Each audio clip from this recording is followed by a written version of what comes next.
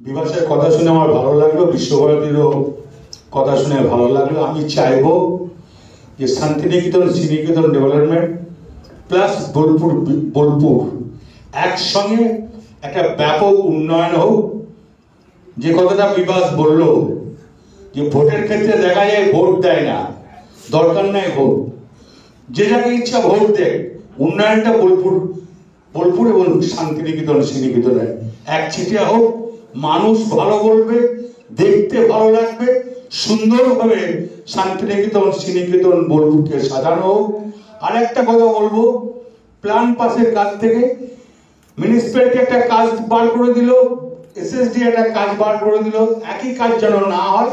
আর মোটামুটি জেলা পরিষদের এখানে যদি কোনো পারমিশন এসএসডি এর কাছ থেকে নিতে হবে।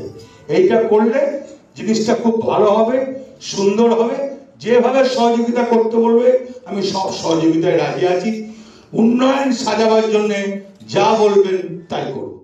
আবার বলছি তো, ফোন নয়, সাজিয়ে তুলুন শান্তিনিকেতন শ্রীনিকেতন বোলপুরকে। পঞ্চায়েত সমিতি, পঞ্চায়েত, এসএসডিএ, মিউনিসিপ্যালিটি একসঙ্গে সাজাবে।